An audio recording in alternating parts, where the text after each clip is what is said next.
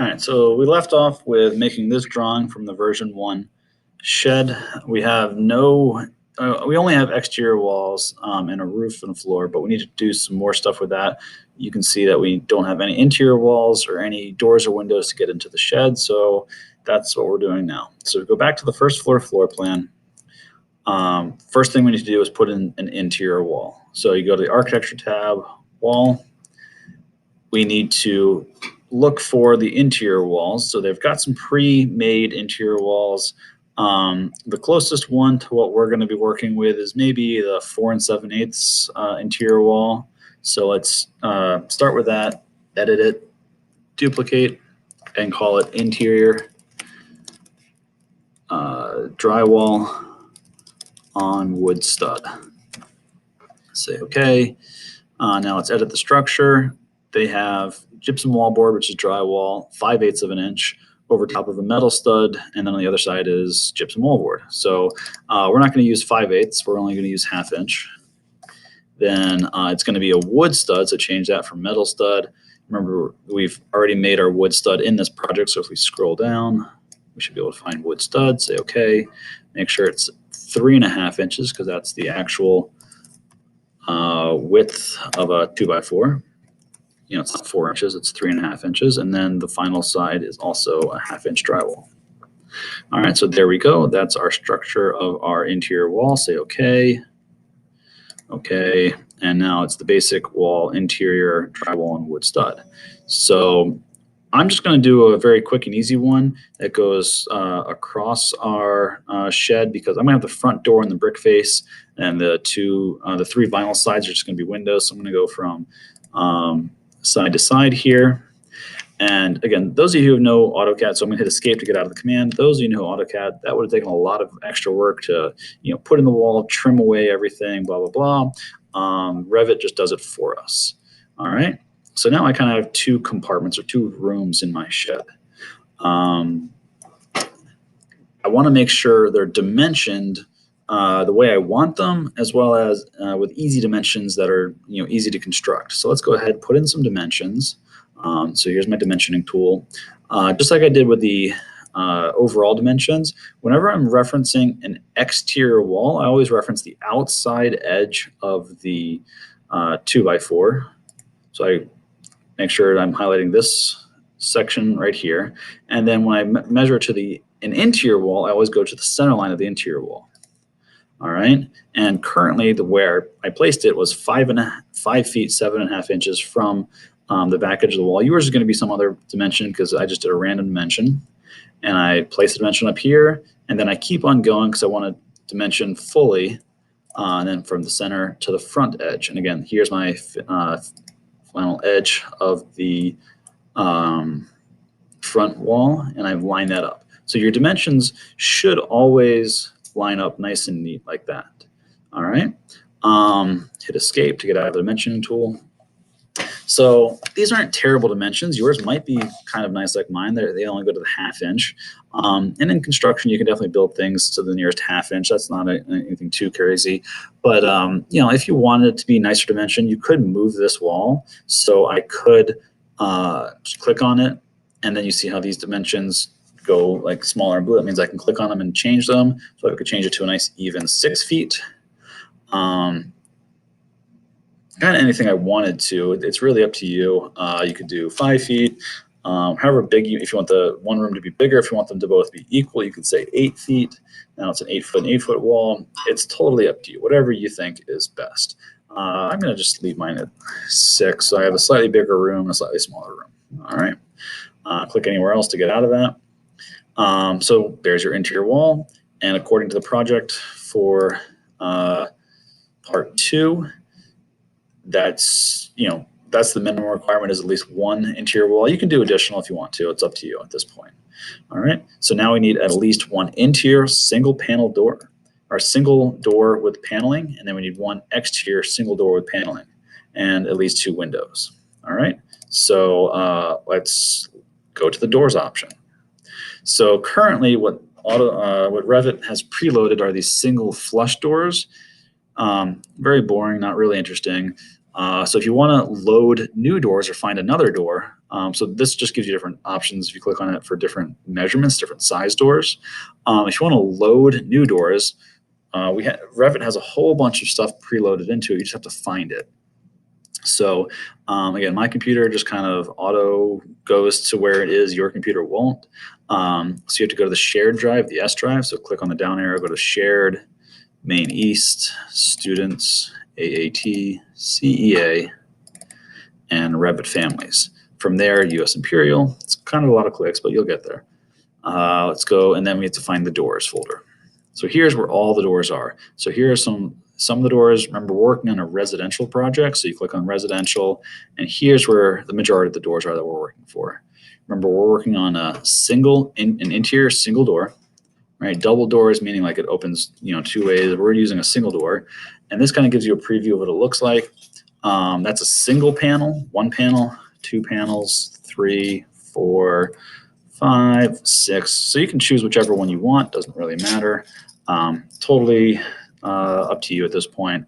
I'm just going to choose this one, say open, and then from there you have a lot of different size options. So some closets might be really narrow and only be a foot wide. That would not be a door you could actually really walk through. So if you're going to choose a door that's going to be from one room to another, you're going to want it to be wide enough. So kind of scroll down. Typically you do about a 3-foot wide door. All right, so 3 foot by 8 foot tall. Remember, our ceiling height is 8 foot, so that might not be the best option. I'm going to go with a 3 foot, a 36 by 84, a 3 foot by 7 foot wall door. So I'm going to load that. If you want to load more than one door, you're welcome to. You just have to click on the control button and hold down control and click whatever you want. That will load a lot of them in there. Be careful with loading too much stuff in your project. So this is when projects get really, really big. When you load something into a project, that adds that to the project. It increases the amount of memory that that project has. Whether you actually insert it into your drawing or not is one thing, but it's always still a part of the project. So I'm going to physically add this to the memory of my project. So say OK, and I'll show you where that is. So down here in the project browser, you see where it says families, you click the plus sign, you click the doors, the plus sign there. So the typical ones that are always added already to any of these architectural templates is the single flush. I just added a door, single 4-panel wood, and there's the door I added. So again, if you add a whole bunch of stuff, your project file will get bigger and bigger and bigger. Our computers can handle it nowadays. But just be aware that the more memory, the more processing power, and all that kind of stuff. So it does get to a point sometimes where it can be a little bit overwhelming. All right, so now I'm going to click on door, and then here's the door I just loaded. And again, those of you who have known how to do AutoCAD, you'd have to do all this detailed drawing yourself. Here, you can put in the door however you want, and you can see if you move your mouse, it will change the orientation. So if I wanted to place my door here, typically a door will open up against a wall. So here you see it would open up kind of in the against nothing or against some open space. If you want to open a different way, you can click the space bar and that switches the door. So if I wanted to open up here, that's all good. If I wanted to open out of this room into the big room, I could change it around. Totally up to you, however you want it. I'm going to try to have mine open like that. So I just click to place the door. All right, this is an interior door. I would not put this on an exterior wall, so I click escape to get out. So now I need to place an exterior door. I need to load some exterior doors. So same folder, exterior, just go down. That looks good for an exterior door. I'll choose that. The size of the door that I want, let's do, again, I don't want an 8-foot high door because that's the size of my ceiling or my wall height. So I'll choose a 7-foot height, and then okay. And here's where I'm going to place my door. I'm going to place it kind of on this side. I want it opening in, and then I got to switch the door so it opens up against the wall. There I go. Click to place. And again, Revit kind of auto updates a whole bunch of stuff for me by placing it. Escape out a couple times. There I go. There's my doors. Now let's add some windows. So doors, now windows. According to the project, I need to add at least 2 windows. Okay, so I can click on window. Here's some really boring windows that are added in. I kind of personally like the double hung windows, but these are small, 30-inch by 46. So again, go back to load family. You can click this to go up a folder, scroll down till you see windows. And then again, there's a whole bunch of different types of windows. Lots and lots of windows. So I kind of like the casement windows personally, let's see, where does it say? Double hung.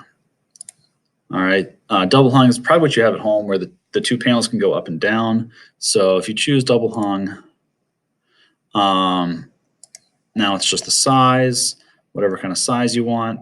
The width, so I'll choose like a 3 foot wide by, I'll do some pretty tall ones, 3 foot by 3'2" by 4'4". We'll try that. Okay. Apparently I already loaded that one in, so I'm going to overwrite it. And then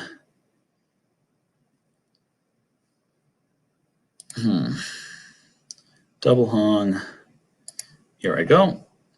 And I'm going to start placing them around. I have one there on that wall, one in the back of this room, one here on this wall, and one here. Okay. All right.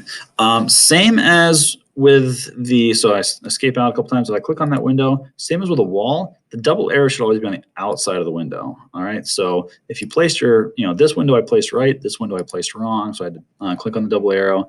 Again, just go back, double check that your windows are placed appropriately so that the outside of the window is facing outside. All right, there I go. Now let's dimension them. Let's make sure they're located where I want them to be on the walls. All right. So for example, I want this window nice and centered on this wall. All right. So if I click on the dimension command from the outside edge of this, and doors and windows are always measured to their center line. The center of what's called the rough opening. So you see AutoCAD or Revit kind of already knows that by giving me the option to dimension from the outer edge here to the center of the window, and then again to the outer edge here. And I raise it up, and there we go. So Revit does have the ability to easily make them centered. You see where it says EQ with a slash through it. They're not equal, but I can force them to be equal by clicking on that. And then it just says EQ, and then I click on it again. That actually shows the dimension. I can do it myself. So if I click somewhere and just say undo, undo again, I could click on the window itself. Oops. Escape out of the dimension command. Click on the window. But what you have to do is you have to activate the dimension, and then click on 6. Now, select 6, and then that does it for me. All right, so you can move stuff around however you want. Doors usually are already, the dimensions are already activated, so you can see there. But if you put in your own dimensions, so let's see, from the outside here to the center of this, and then from there to this exterior wall. This is not going to be centered, but I can make it a nicer dimension in general. If I click on the door, I can just make this 2 foot. Let's see, 2 foot. Would that work? No, you see that the trim would not work there, so I'm probably going to need to make that 2'3". So 2 space 3. That will give me enough room here for some trim work. All right, you can make it 2'2", 2 space 2, 2 space 1, whatever you think. 2'1" is about as close as you ever want to make it, at least for this door. I'll just go back to my 2'3". And then we're going to dimension this door and window, and then these windows over here. So again, click on the dimension command, outer edge of the stud of this wall to the center line here, to the center line here, to the outer edge here. And then all of those are linked together, and they'll just line up automatically. All right, click. Let's see, I'm not going to make them all equal, but I can move stuff around. So if I click on this door, I'll make that 2'3", just like it was over there. I do want to make these as equal as possible. So if I click on this window, activate dimension, let's see, I need to increase this and decrease that. So let's try to make this up to 5. Oh, 5 and 4, 9. So let's do 410 and 411. So let's make it 410.5. 410 and a half, 410 and a half. All right, nice and centered. And then I wanted to mention this window and this window. So let's see, from this outer edge here to the center here, and then to the center here and up. I want this to be centered on this wall. So if I hit this, escape to get out, click on the window, activate dimension, half of 10 is 5. There we go.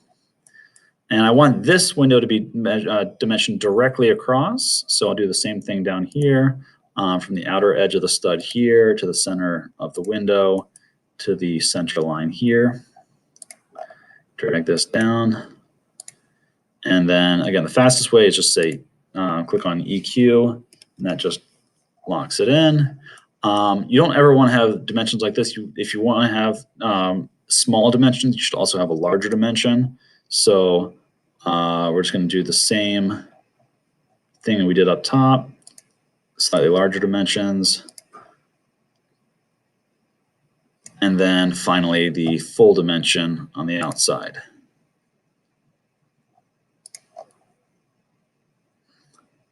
Okay. And that is for at least for our purposes, it is a fully dimensioned floor plan. All right, so we have our fully dimensioned floor plan. If we go back to our, go over here, minimize the families, and then go back to our drawing file, regular sheet, there we go. Zoom out a little bit. You can see our drawing sheet auto-updated, which is really, really nice. The only thing is this line might now be overshadowed or covered by this dimension, so you can click on it, and then a single click, and then drag it down a little bit. And that way it's not being covered up. You see also the doors and windows are already showing up in our 3D view and our elevations too. All really, really nice to do. Okay.